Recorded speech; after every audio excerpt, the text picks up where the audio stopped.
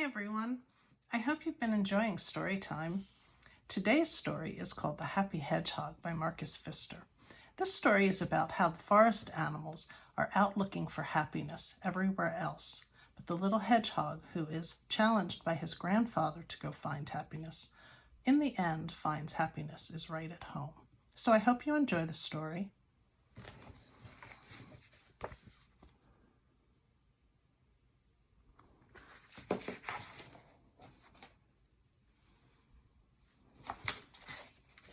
It was a beautiful day, and Miko, the little hedgehog, was feeling completely content. He lay in his garden, watching the clouds. As they changed shape, they reminded him of certain animals or plants. Miko loved his garden. He knew every flower, all the herbs, and even all the weeds by name. More than just their names, though, Miko knew all about their healing powers. The little hedgehog also knew all the animals who lived there, the reptiles, the mammals, the amphibians, even the insects. Above all, he knew the birds by sight and by their songs.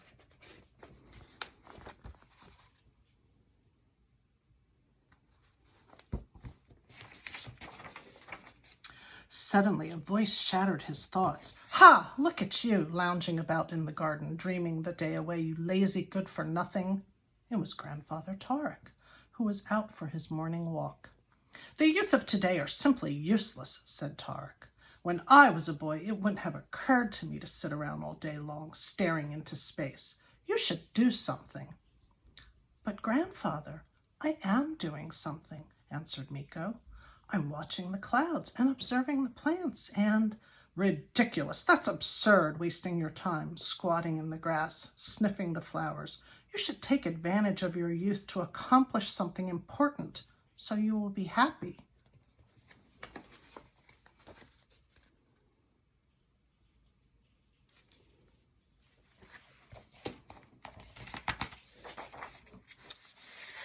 Miko answered, "But I'm quite happy here in my—" "Impossible! Go and take a look at how others lead their lives."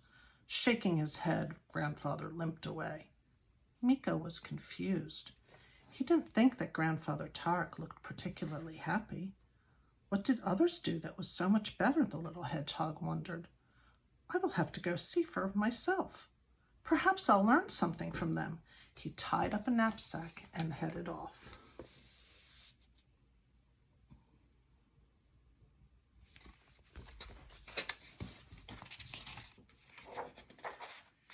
Suddenly, a tortoise sped by Miko. "Hey, tortoise, wait a minute," called Miko. "Why are you running?" "I'm in training," she panted. "Training for what?" said the little hedgehog. "Training to be the fastest tortoise in the world." Miko scratched his forehead. "Isn't it a bit difficult to run with such a heavy shell on your back?"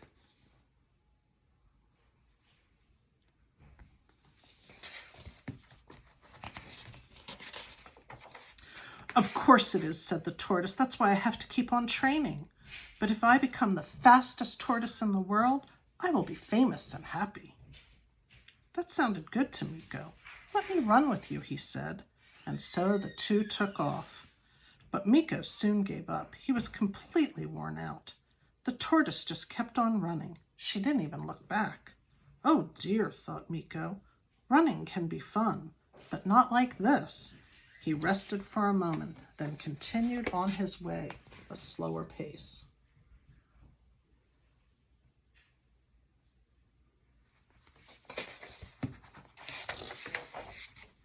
Suddenly, a hare hurried across his path. "Hare, wait! Are you also in training?" The hare looked baffled. Miko noticed the notebooks Hare was carrying. "Training? No, I'm going to school." "To school? What's that?" Miko asked.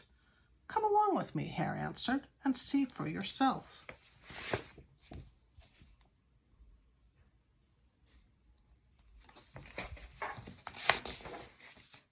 "All right," said Miko. He followed the hare to school. Miko hid behind a tree and watched.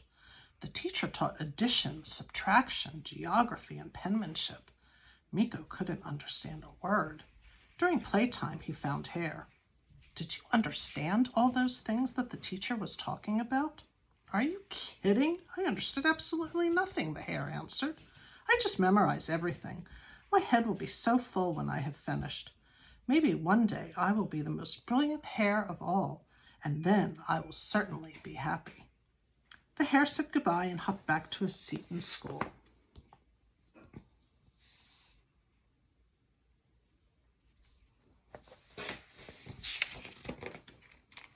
Meeko slipped away. He thought, it is great fun to learn new things, but just memorizing without really understanding them is not what I want. Deep in the woods, he heard a terrible grunting and growling. In a small clearing, Badger was trying to lift up a gigantic stone. Can I help you? Meeko asked. With a terrifying roar, the badger heaved the stone high over his head and then suddenly let it thud to the ground. Meeko jumped back. You almost flattened me. Why are you trying to do that to me? I'm building up my muscles. I want to become the strongest badger in the world. Oh no, not again, thought Meeko.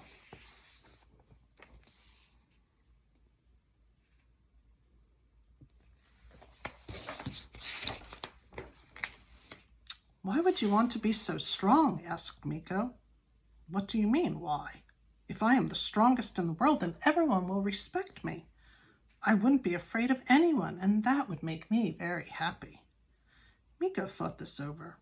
There were certainly advantages to being strong. Could I give it a try? He asked. Of course, Badger grinned. Here, try first with a small stone. Meeko grasped the stone and struggled to lift it up. He began to sweat. He got the stone up as far as his belly when it slipped to the ground and landed on his little toe. Ouch! Cried Meeko, rubbing his throbbing toe and whimpering. This is silly.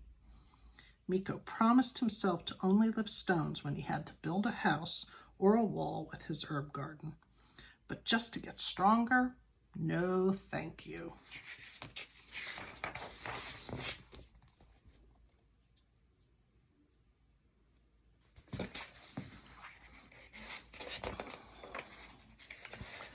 Meeko said goodbye to the badger and hobbled to the edge of the woods. There he saw a trail of ants. Fascinated, he watched the busy animals scurrying here and there. At first glance it seemed pointless, but when Meeko looked closer, he saw that each ant seemed to have a purpose and knew exactly where it was going. What are you doing? He asked them. But the ants were so busy they didn't even hear him. His grandfather was right. All the animals were busy and ambitious. They wanted to become fast and smart and strong so that they would be happy. But it seemed to Meeko that while they were striving, they weren't enjoying life at all.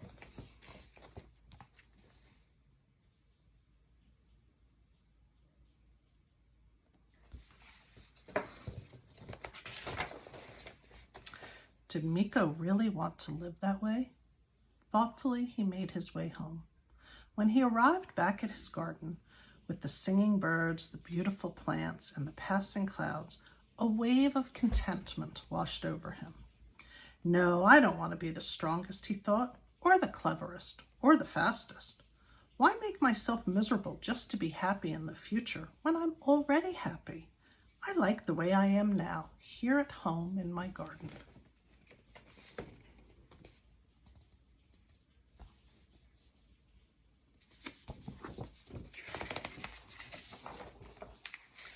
Meeko heard a hoarse cough and turned around. It was his grandfather. So, Meeko, did you go out and learn something new today? Yes, I did, Grandfather. But you're coughing. Sit down and I'll make you a cup of tea with herbs from my garden, mixed with fresh honey. That will certainly do you good. You think so? Oh, yes. I know other healing herbs, too. I can help a sprained foot, a headache, and lots more. Is that so? Asked his grandfather. Grandfather Tarek made himself comfortable among the herbs and flowers. He sipped his sweet tea, and he did indeed help his cough. He asked Meeko questions, and with each answer, Grandfather Tarek saw how much his grandson really did know and how much there was to learn in Meeko's garden.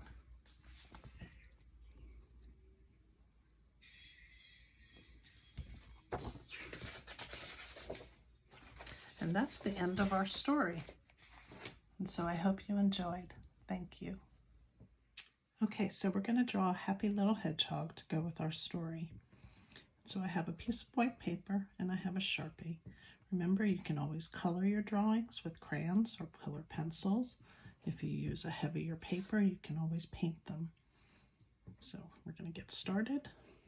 First thing I'm going to do is I'm actually going to draw the hedgehog's nose. So I start off by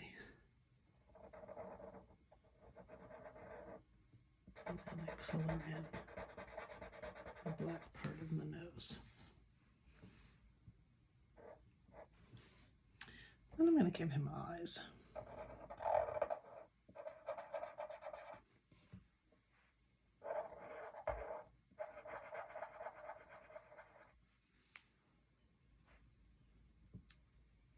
And on each side, I'm going to give him 3 little freckles. And out of those freckles are going to be whiskers. And so far we just have his face.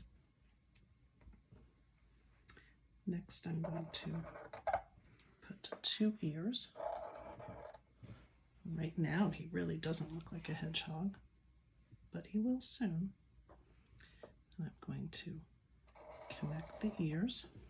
And this is where I'm going to just make the entire body. It's just a great big O.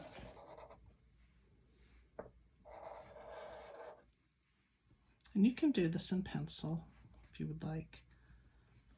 I'm going to give him his feet, some toes,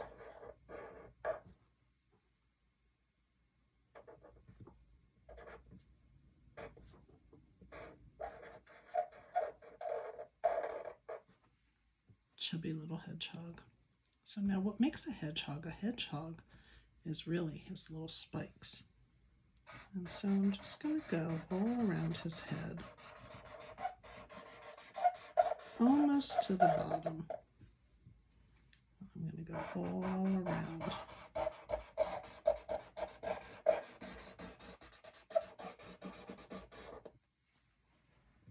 Okay, and since our hedgehog is a happy little hedgehog, he is sending great big love. So I'm going to give him his hands and his arms. And so right now we want him to hold something. And what I'm going to have the hedgehog hold is a heart. Because he is happy and full of love. You could have your hands come closer together and have him holding a flower since he loves his garden. You could just have him crossing them over like he's giving a hug. But that's your hedgehog. And you can kind of give him some grass to stand in. Color the screen. Maybe there's a butterfly flying in his garden. You color the butterfly anything you like. Sunshine. Some flowers.